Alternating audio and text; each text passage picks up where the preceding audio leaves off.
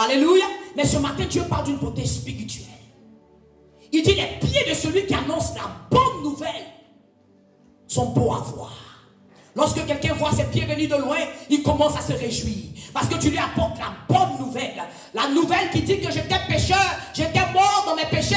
Mais il y a quelqu'un qui a fait un plan afin de me ramener la vie. Non seulement je serai béni sur cette terre, mais éternellement, mon salut est sécurisé. Est-ce que c'est ce genre de pied que tu as? Ou que les gens te voient, oh, ils commencent à fuir. Parce que tu n'amènes pas la paix. Un agent de Dieu est un agent de paix. La nouvelle de Jésus-Christ est une nouvelle qui amène la paix. Pas nécessairement la paix physique, mais la paix de l'âme. Parce qu'il a dit, je suis venu mettre la guerre entre le père et le fils, entre la mère et la fille. Lorsque tu te donnes au Seigneur, il y a certaines personnes, pendant qu'ils n'ont pas encore compris le salut, ils vont t'attaquer. Mais lorsqu'ils vont recevoir le Christ, ils vont comprendre le pourquoi de ce que tu faisais. Ils vont dire, ah, maintenant je comprends.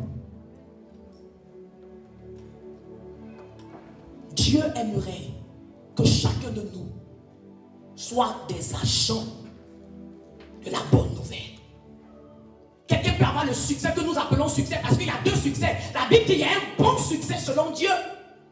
Dieu voulait que Joshua et Daniel aient le bon succès. Mais le succès du monde, c'est quoi? Tu as l'argent, tu as une maison, tu as des enfants, tu as le succès. Mais ton âme,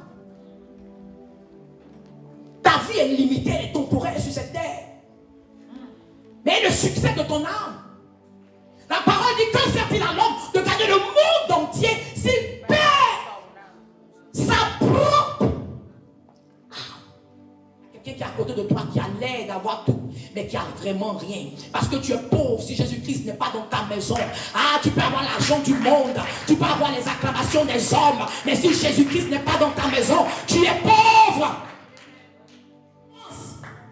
Servir Dieu demande de la fermeté. Servir Dieu n'est pas un micro-ondes où tu rentres, tu sors avec toutes les bénédictions. Il y a ce qu'on appelle le processus dans les choses de Dieu.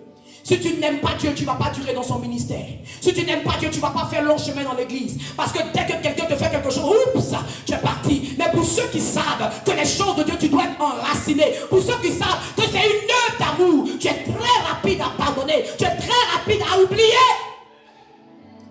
Quand tu es un chrétien contagieux, il n'y a pas la vie en dehors de l'église.